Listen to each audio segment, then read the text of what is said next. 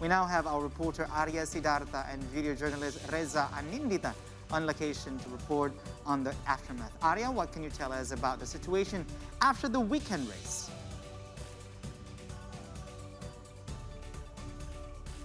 Indonesia has concluded, and as you've mentioned, it went on without any major setbacks, aside from the occasional rainy weather, which was helped by the rain shaman, because after a small delay for the MotoGP race, eventually it did start again after the rain has subsided. Now, obviously, the Indonesian government intends for this MotoGP event to continue on years and years and years after this one. And so it's important to keep this momentum going. So while on the competition side of things, the MotoGP standards are up to par, some other aspects of the event could be improved. First and foremost is the price, because we spoke to MotoGP fans in attendance who mentioned that in the 3-day races that he witnessed in Sentul in Malaysia, cost just as much as the 1-day race here, and that includes the transportation as well as accommodation costs. And speaking of accommodations, that is also a sore spot for many of the spectators watching during the weekend, as a lot of the lodging options are either fully booked or they're too expensive. MotoGP fans who are still insistent on watching the race, however, opted to camp on the beach or find lodgings that are much further away from the Mandalika circuit, such as, for example, in the city of Mataram, which is 1.5 hours away from the circuit.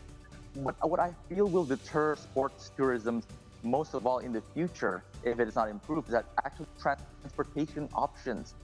This was extremely apparent as the event came to a close yesterday, as the streets in front of the circuit that leads away from the circuit to the parking lots and the airports and the ports were all gridlocked for almost more than 3 kilometers of road were gridlocked last night.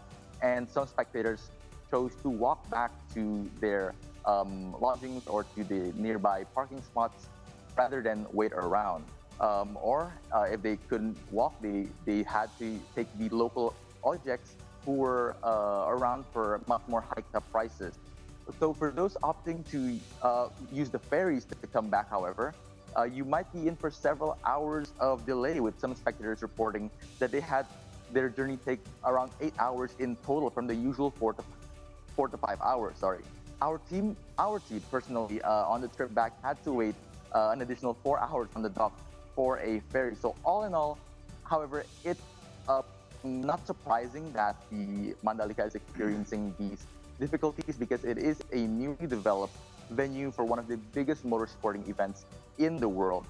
So there's always going to be some hurdles, but for this investment to pay off and for sports tourists to keep on coming year after year, these shortcomings need to be improved before the next event arrives. Back to the studio. Thank you so much for that report, Arya. Stay safe, and we're waiting for you to be back in the office.